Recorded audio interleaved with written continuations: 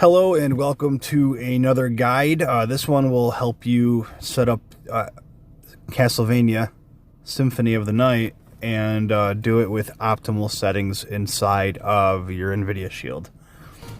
So, quick backstory. I've been on this Castlevania binge. If you've seen my recent video uploads, you'll probably realize that I've played through the first 5 Castlevania home console releases. That's Castlevania 1, 2, and 3 for the Super Nintendo, and then Bloodlines for the Genesis, as well as Rondo of Blood for the TurboGrafx. And I'm blown away with how fun these games are. I decided to skip the Super Nintendo release because after playing a few levels, I was very unhappy with the mechanics of the game. Really, it's terrible.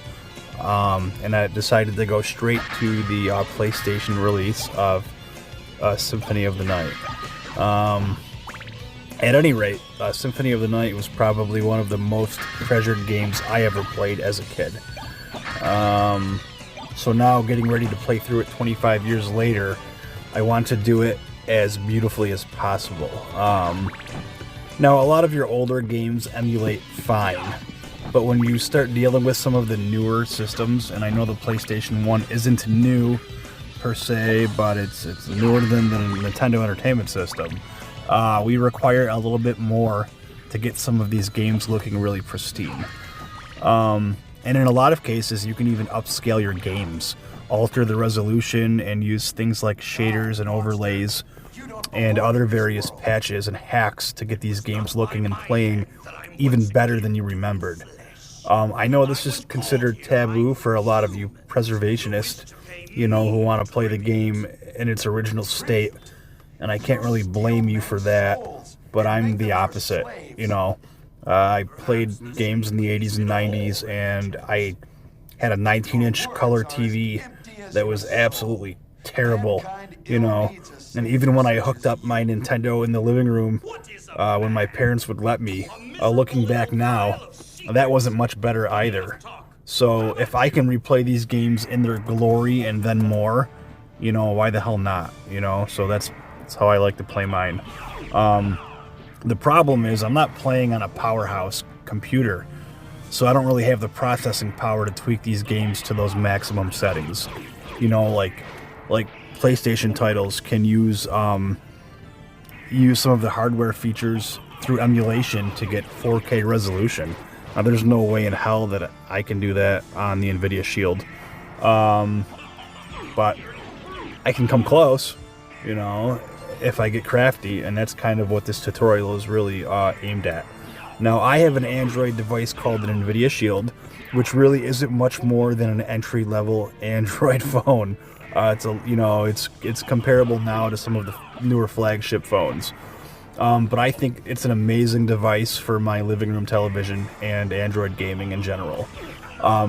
Okay, so the first thing I did was install the Android native version of the Castlevania on the Play Store, and I sideloaded that from my Nvidia Shield. Now, I was kind of excited about trying a new version of this game. I read that it was more like an upgraded version from the PS1 because it was a PSP port. Come to find out, the PSP port was piggybacking some additional Sega Saturn features that the game had that never made it to the PS1. So I was really excited about this because there were additional characters you could play in the game.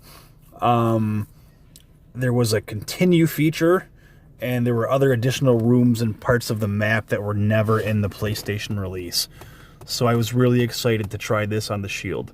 But after installing it and getting it running, I just wasn't impressed with some things. More importantly, like the voice acting was really ruining it for me. I want to remember what I remembered as a kid playing this, and the initial scene when you confront Dracula as Belmont there, it just seemed very off-putting. Mind called me forth with praise and tribute.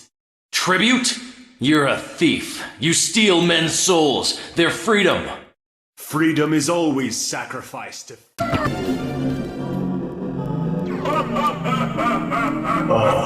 Alucard.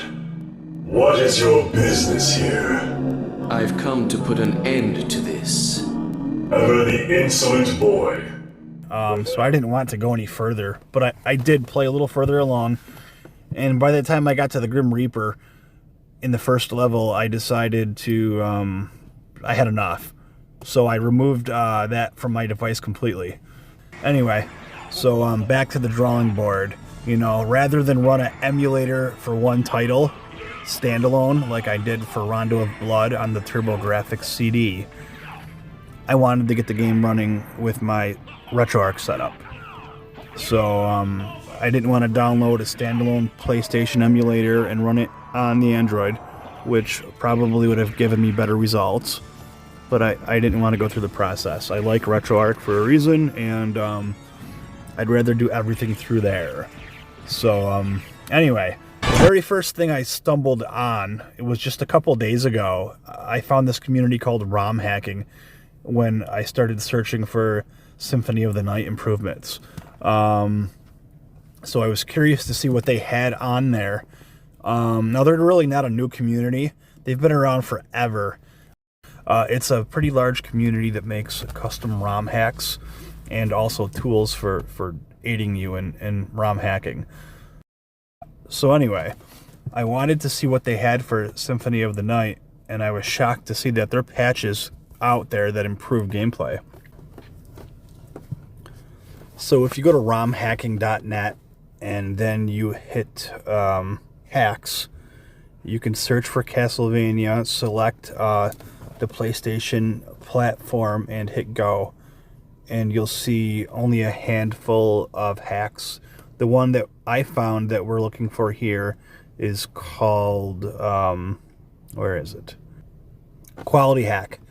Castlevania Symphony of the Night Quality Hack by Paul Met is an improvement, and it's the one I decided to use to make our gameplay a little better.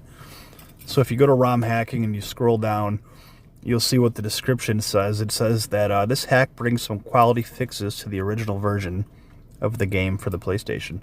A handful of the features are things like activating of stereo sound mode by default. It looks like they've removed the black bars on the top and the bottom of the screen. They've updated the tile maps of all locations to increase the visible area of the screen. They've unlocked and finalized rooms under the hatch. And the positions of some of the menu items have been changed. All to make your gameplay. And there were a few negative cheats that they removed from the game as well. But I think one of the bigger features is that the loading rooms on the global map are now highlighted in white, which will, help them stand out a little more. So there really isn't much to do. You need to download the hack. It's a PPF file, and it comes zipped. So extract the PPF in the same directory as your Castlevania ISO, and that's all you have to do. There are different Retroarch cores that we can use, but there's one that I found called the SwanStation that has a feature that lets you automatically patch the hacked file you download. So it'll patch it automatically to the ISO, or the Q file, I should say. All you have to do is download it and put it in the same folder and adjust a setting inside this Retroarch core.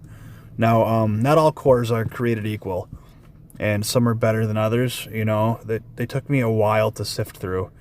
For starters, you have to designate a core for the emulator or the game. Now, there are like 5 different emulator cores you can use through Retroarch for the PlayStation. I've tried them all. Now, everyone is ranting and raving about DuckStation, but I found that SwanStation core to be the most compatible. Come to find out, DuckStation is actually a fork of SwanStation. Most of the emulator cores wouldn't let me turn up the internal resolution past 2x in conjunction with filters to smooth out all of the pixelated graphics. Now, and some couldn't do 4x at all either. It's standalone. My Shield it doesn't have the power.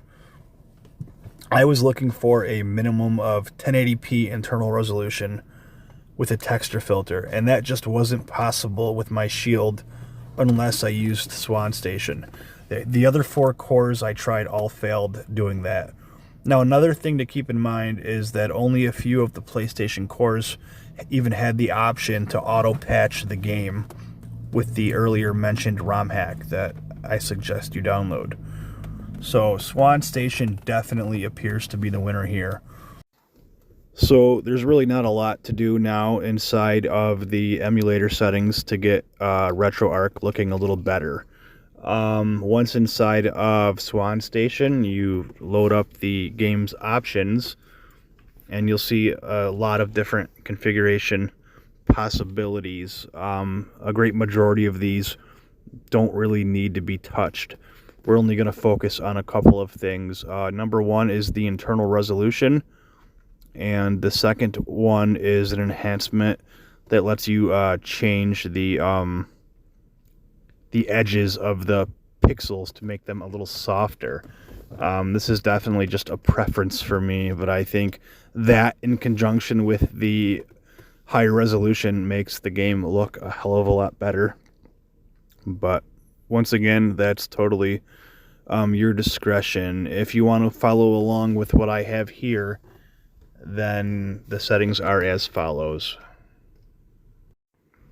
So in console settings, we want to apply image patches. What this does, of course, is patches the ROM hack that we downloaded earlier to the game. A lot of the other advanced settings I found I didn't need to play with, so I skipped through those and I went to the enhancement settings section.